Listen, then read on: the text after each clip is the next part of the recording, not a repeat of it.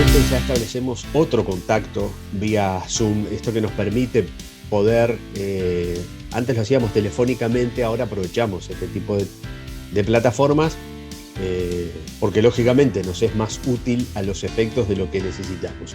Y ven en pantallas a Fernanda Alanís, docente, precisamente porque por estos tiempos se habla mucho del retorno a la presencialidad en todos los ámbitos. Si bien la educación no paró, porque es interesante poder remarcar este aspecto, no se detuvo el proceso educativo, sino que se transformó hacia lo virtual y ahora se está retornando a la presencialidad plena en todos los ámbitos. Fernanda, nos interesaría saber qué es lo que está sucediendo en el ámbito de la formación de los docentes, que es otro de los aspectos que tienen que ver también con la educación. Bienvenida. Hola, buenos días, o buenas tardes, depende. Sí, en realidad a veces uno se olvida un poco de la formación docente y sin embargo es de donde salen los maestros, los profesores, las maestras de primera infancia, los educadores sociales, o sea que tiene una incidencia muy importante lo que es la formación docente en todo el resto del sistema educativo, ¿no? Y bueno, contarte que se ha estado dando una reorganización a nivel nacional del sindicato de formación docente, que se llama la Intergremial de Formación Docente, y estamos trabajando en conjunto con los demás sindicatos. Y ha sido muy importante, un tema de los más importantes ha sido justamente, el de la presencialidad y la virtualidad. Ha sido uno de los temas que las agrupaciones sindicales de toda la educación hemos tenido como un tema de discusión, como un tema de aprendizaje, como un tema incluso de lucha y de negociación, ¿sí? Porque, bien, tenemos en los distintos niveles de la educación, tiene ribetes diferentes, lo que es tanto la presencialidad como la virtualidad. En cada uno de los sistemas, de los subsistemas, tiene características distintas. Por ejemplo, no es lo mismo la virtualidad en formación docente, trabajar por computadora, por Zoom, así como estamos ahora conversando, trabajar con gente grande que ya se está formando, está realizando su carrera para ser educadora o educador, que trabajar con niños y niñas de 4 o 5 años en la virtualidad. Eso es mucho más complicado. Si bien en todos los niveles hay complejidades diferentes, ¿no? Perdón que te haga una digresión aquí porque me parece interesante para quienes estamos del otro lado. Sí. En la formación docente, ya la virtualidad, enseñar a través de lo virtual, también empieza a ser mella, es uno de los aspectos que deben empezar a tomarse en cuenta en forma más firme, Sí. o se toma con la experiencia de la pandemia como algo que, bueno, la pandemia es lo que pasó, se va viendo cómo se va realizando la educación a través de la virtualidad, o por el contrario, hay que empezar a trabajar también el tema de cómo educar a través de la virtualidad. Bien, nosotros entendemos que la presencialidad es imprescindible, que la presencialidad es el contacto con las otras personas en carne y hueso, podríamos decir, hace a la construcción de las instituciones y hace a la construcción de la formación personal, ¿sí? A ver, te digo algo como para quedar más claro.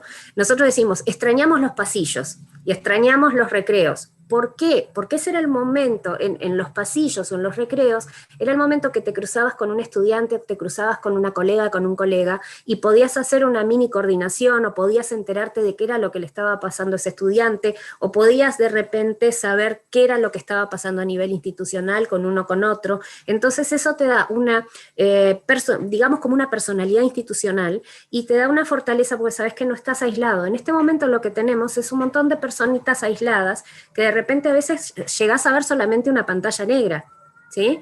Y que tenés que estar insistiendo mucho para poder enterarte de qué es lo que le está pasando a nivel personal, o cuáles son sus necesidades. Además de que hay una serie de cuestiones prácticas que no se han tomado en cuenta. A ver, por ejemplo, yo tengo un buen equipo, ¿sí? Tengo un buen equipo y relativamente buena conectividad, ¿sí? Pero soy una privilegiada, podríamos decir, porque no todas las personas, nadie nació con una computadora bajo del brazo, esto es algo que decimos siempre, nadie nació con una computadora bajo el brazo, no tenés obligación de tener una computadora y de repente no tenés los medios para llegar a una computadora. ¿Sí? Entonces decimos, bueno, el plan Ceibal solucionó gran parte del problema, pero no solucionó todo el problema y además el plan Ceibal ha sido como increíblemente en estos tiempos en que tanto los necesitamos, se ha ido recortando se han ido recortando los recursos en los últimos 2 años, se han recortado los recursos para el plan Ceibal, se han recortado los recursos para docentes que estén destinados a actividades vinculadas con lo tecnológico. Esto en secundaria, por ejemplo, yo también formo parte del sindicato de secundaria, y en secundaria lo vimos con el recorte de horas de los profesores de orientación tecnológica, ¿sí? Que deberían ser quienes estén ahí para apoyar al estudiantado. Bueno, se habló de que se hiciera una entrega, esto nosotros pedíamos que se hiciera una entrega universal de aparatos Ceibal, de las famosas ceibalitas, que pudieran acceder todos y todas el estudiantado y el profesorado, y eso no ocurrió, ¿sí? Por ejemplo, los profesores de formación, los profesores de ciclo básico en secundaria o en educación técnico profesional pueden acceder a un equipo Ceibal. Los que trabajan en bachillerato ya no, los de Es decir, formación que docente no es universal el acceso no, a la tecnología. no es universal. Y esto forma parte de esos reclamos que ustedes vienen efectuando Sí. desde hace unas horas. ¿Podrías relatarnos en qué consiste esos aspectos que ustedes, como integrantes de la formación docente, consideran que son imperiosos, que de parte de las autoridades se instrumenten para poder ofrecer una educación de calidad, como debe ser, ¿verdad? Primero, esto de reafirmar que la presencialidad es la modalidad en la que se tiene que trabajar en la educación, ¿sí? La presencialidad es indispensable. Se aprende con otras personas, se aprende en conjunto con otras personas, no con una máquina, ¿sí? Además, esto de la virtualidad habilita a otras cuestiones que están enrabadas. Por ejemplo, en formación docente hay una modalidad que se llama semipresencial, que es algunas materias, tú las cursás en vivo y en directo, ¿no? En un salón de clases, y otras materias las vas cursando online, pero con encuentros presenciales cada cierto tiempo. Esto ha habilitado el tema de que estemos completamente en la virtualidad, trabajando solamente, ha habilitado a que se armen grupos, fíjate en esto que te voy a decir, grupos de más de 100 personas, ¿sí? Grupos de estudiantes de más de 100 personas, un docente o una docente que tiene que atender en un grupo a más de 100 personas. Es imposible que esa persona, o sea, lo que estás haciendo es fomentar que dejen, porque es imposible que el docente o la docente pueda corregir cada una de las actividades que envía, pueda tener un seguimiento personalizado del estudiantado, y esto ha pasado en la modalidad semilibre y semipresencial, y ha pasado también en la modalidad que supuestamente sería presencial, que te agregan y agregan y agregan a estudiantes, porque bueno, total, vos podés, el salón, no existe salón, entonces el salón te da. Pero ahora, cuando pedimos el retorno a la presencialidad, ¿dónde los metes? ¿Dónde entra ese estudiantado? ¿Sí? Y esa es la otra cuestión, que nosotros pedimos la presencialidad, pero una presencialidad segura. Es decir, ¿Sí? que siguen los mismos problemas que se plantearon al comienzo de la pandemia en cuanto a no contar con espacios físicos suficientes, Sí. y como sucede, por ejemplo, a nivel de primaria, grupos que tienen que verse reducidos, divididos en distintos salones, pero no hay docentes ni Sí. tampoco personal. ¿Eso sucede también en lo que es la formación docente? Sí, en formación docente también. A ver, por ejemplo, yo trabajo con segundo año en pedagogía, en epistemología, voy a seguir trabajando virtualmente por el momento, pero van a reintegrar los cursos de didáctica, es decir, fíjate lo difícil que esta es una reivindicación que nosotros tenemos, el mantener lo que es la práctica docente de las maestras y los maestros. Miren que somos reconocidos a nivel regional, a nivel mundial, como una formación docente muy firme, el Magisterio Nacional, sobre todo es ya tiene, ya es secular, ¿no? Y bueno, se complica esto de la práctica y tienen que volver a las clases para poder tener clases de didáctica presencialmente el estudiantado. Y además tenemos también los estudiantes que recién empiezan primer año y los estudiantes que van a salir en cuarto, necesitan la presencialidad también. ¿Sí?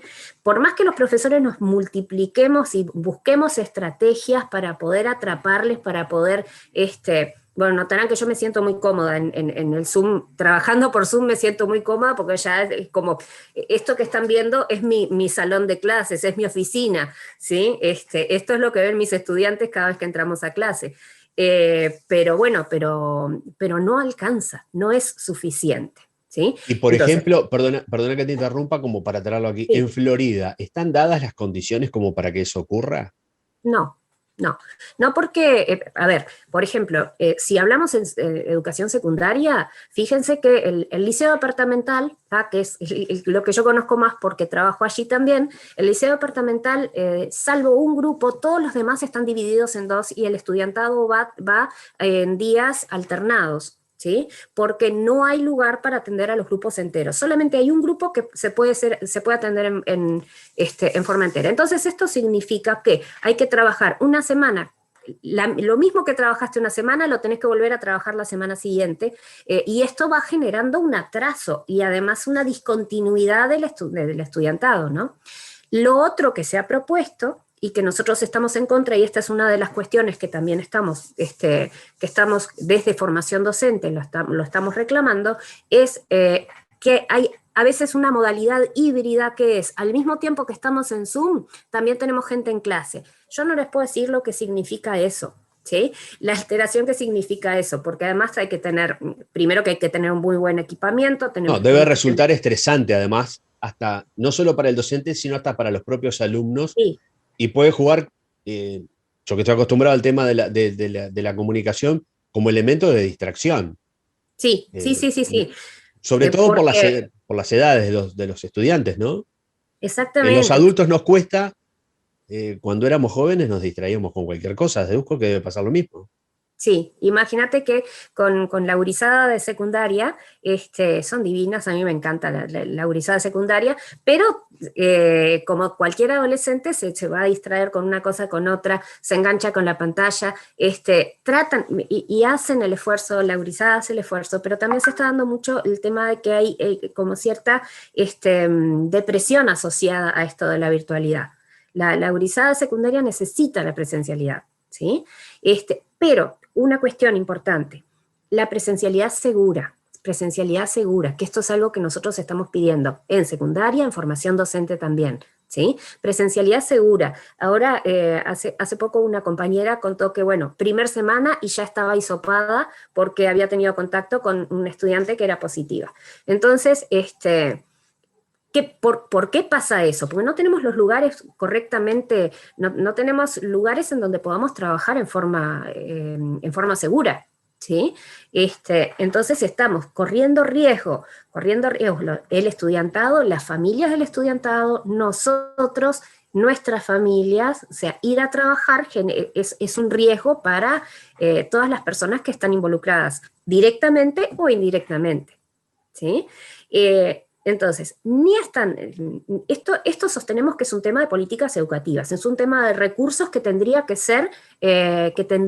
ser organizado a nivel de las autoridades, porque nosotros, los docentes y las docentes, estamos haciendo lo que podemos, nos estamos dividiendo entre 10 y buscando todo tipo de estrategias y poniendo nuestros propios recursos, ¿sí? Porque en mis clases yo las estoy trabajando con mi computadora, con mi internet, me he tenido que comprar mi silla porque además aparece en una serie, parece chiste, pero en realidad aparece una serie No, cambia de absolutamente problemas. todo. A Nos mí, por cambia ejemplo, todo. ahora en este momento se me cortó la luz, de la luz especial que tenía, por eso es que Ajá. salgo con esta iluminación. Pero deduzco que a todos les debe haber pasado más o menos lo mismo. Sí, sí, sí, sí, sí. Y incluso dolencias que están relacionadas, te decía, por ejemplo, problemas lumbares, tendinitis. Hay gente que está con tendinitis. Yo me río, no sé si se acuerdan en la audiencia de los supersónicos. Este, aquella familia del futuro que tenían botonitis, les venía botonitis de todo lo... Bueno, existe también la tendinitis. Las horas de Zoom agotan muchísimo, hay varios estudios que indican esto, que son mucho más agotadoras que la presencialidad. Y bueno, todo eso incide en la calidad de la enseñanza, ¿sí? Sin duda. Fernanda, yo te agradezco mucho por hoy. Nos Ajá. parecía interesante poder ofrecer esta otra visión sobre este otro sector importante, esta otra pata de lo que tiene que ver la educación, porque la educación no es solamente primaria, secundaria o educación terciaria, está la formación docente, es decir, es un vasto panorama que, bueno, tenemos que ir abordando de a poco como para entender qué es también lo que está sucediendo en los distintos sectores de nuestra sociedad. Así que Sí. gracias y como siempre a las órdenes.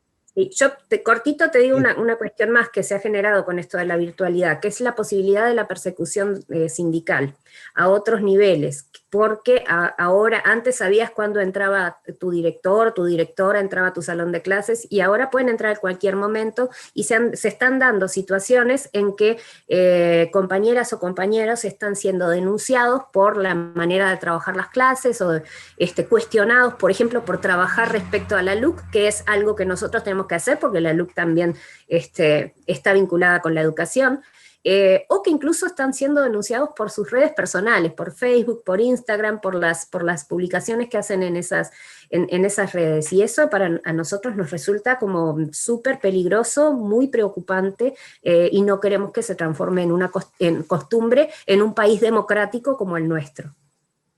Perfecto. Lo vamos a estar profundizando esos aspectos porque tienen que ver también con todo este mundo que rodea las redes sociales, la privacidad, el uso de la imagen, etcétera, etcétera. Gracias nuevamente. Bueno, a las órdenes, y gracias por el espacio.